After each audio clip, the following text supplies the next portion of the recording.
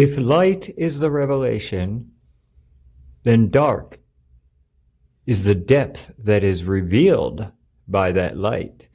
And anxiety is the byproduct of stagnant depth.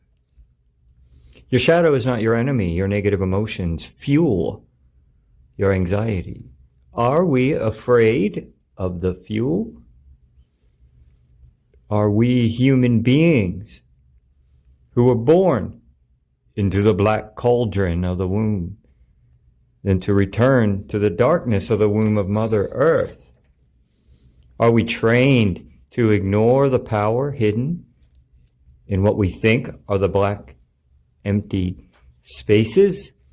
Before there were books telling us the right thing to do, the ancients and some modern have visions of perhaps what not to do.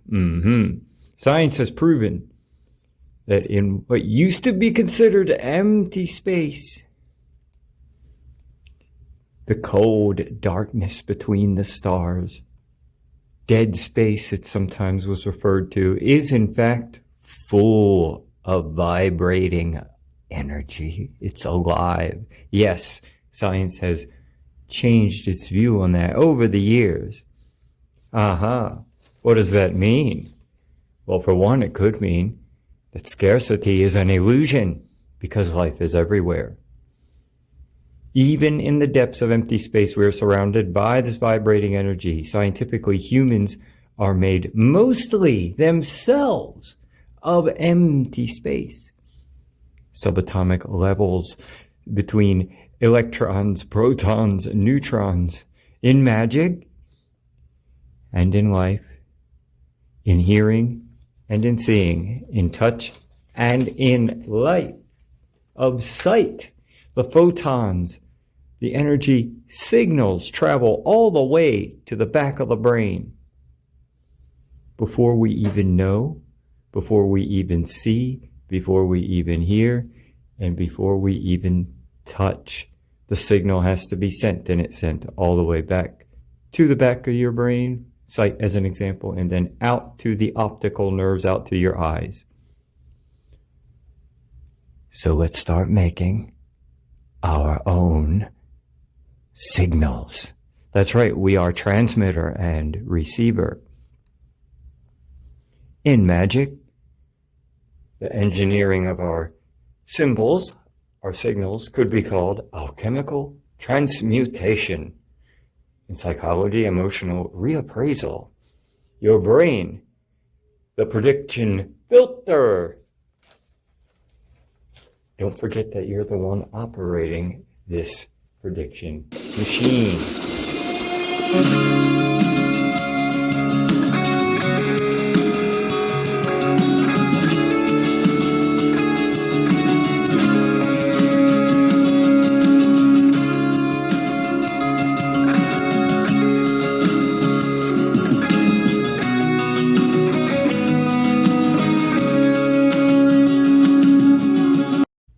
If you are going to confront an uncomfortable situation, say this to yourself. Quote, "This will make me more effective when it's over. Try this one if I don't confront this.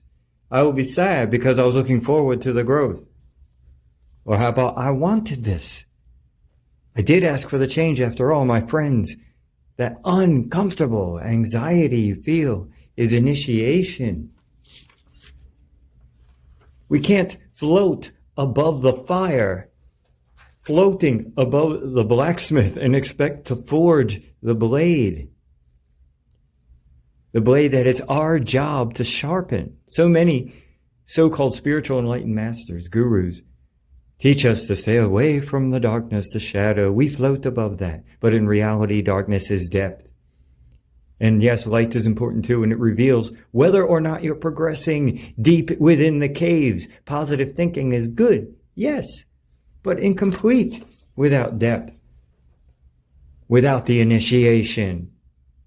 You need to smell the fumes and feel the heat inside of the forge and have the skills to use the hammer.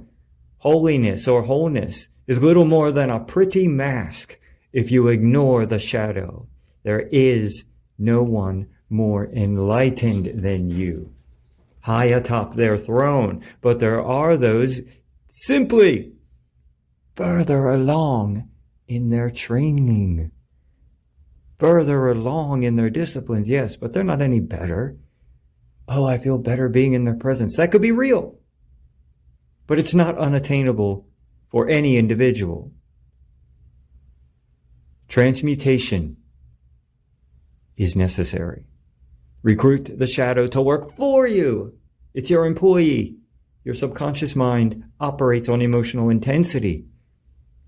It is the marker, the warning, the challenge, the initiation, and we will start with a negative emotion. Yes, envy. A much misunderstood emotion is envy. Is it bad? Can be. Or it can be a compass pointing to your will, a gift from the higher self, a reminder to stay on the path of what you really want. And what identity then you must be to have it. Let's take shame. We'll do these more in depth with more in-depth rituals in the future. This is an overview. Let's take shame. This gift is an empathetic magnet. This helps you build deep relationships as others are drawn towards your authenticity. If you're really feeling bad about doing something bad and it shows, well, that can be a magnet, a positive one for others. Now they see you're authentic and not just trying to sell them something. They know you can relate, right? To put it in street terms, that guy can relate. That girl can relate. He or she is, quote, real. You are human. Anger. What about good old anger? We're going to ignore that and become enlightened as well? Anger, done properly, is a clarity laser. When feeling it, ask, quote, how significant is this outburst of anger? If I respond with rage, screaming, fighting, will this help me in building my empire? Will it set me back months, weeks, years? I personally know people who a rage, angry fit set them back a couple of decades as property of the state of Maryland. Is my rage in this moment significant? Is it me? Is it an action or is it a reaction? What anger is part of the fuel that I mentioned earlier. Use this anger. Employ it. Let it be your employee. After all, it works pretty hard. Lots of energy. Use this. Call up your employee and say, I need you to help me establish a boundary. That's when anger is good. Clarity of vision. Healthy establishment of boundaries. And knowing what to avoid. In so much modern self-help illusion of, let's say, I'll use one example. Hustle culture. Good example. The valuable lesson in hustle culture that is often, well, pretty much always overlooked is reduction. Reduction is a powerful lesson and is overlooked by the hustle culture, phony, stoic bro hustle culture. Now, don't get me wrong. Go hard and go home is necessary sometimes.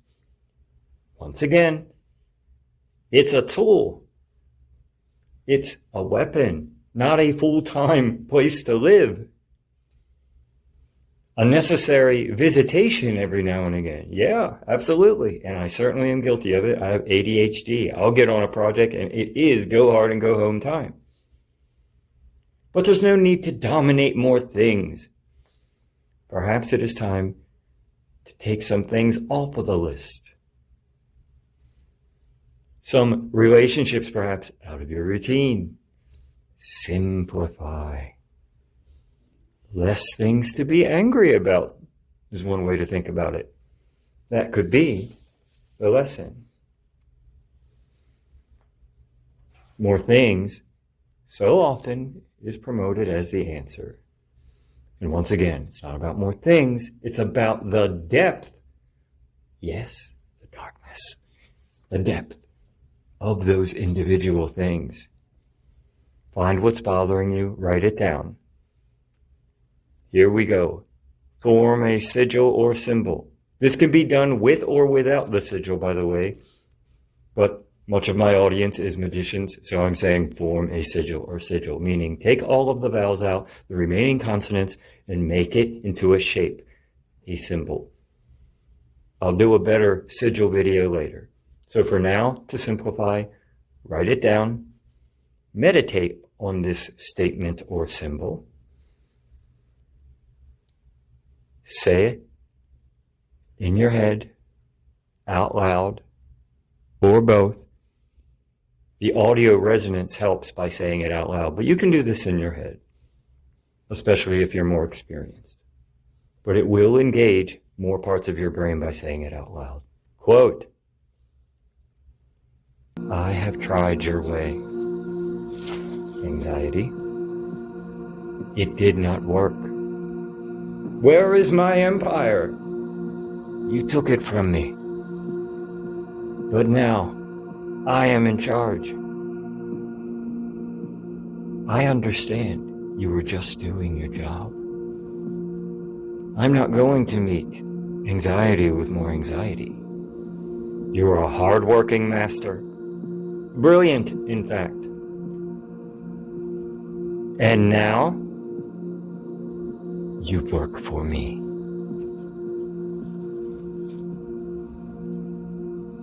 Arrows of Artemis, horns of Pan, breath of the dragon's flame.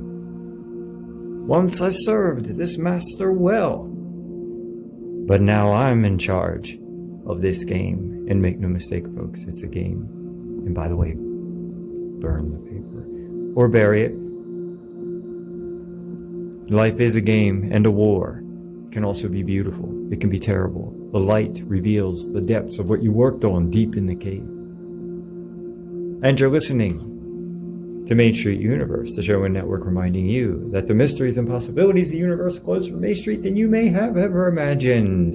And don't forget, you can hear the archives here on the YouTube channel, which means that next week you can listen to last week, this week, on the YouTube page, soon to be full podcast from my new home in the mountains, Hagerstown, Maryland. I'm Daniel Michael. Have a beautiful evening.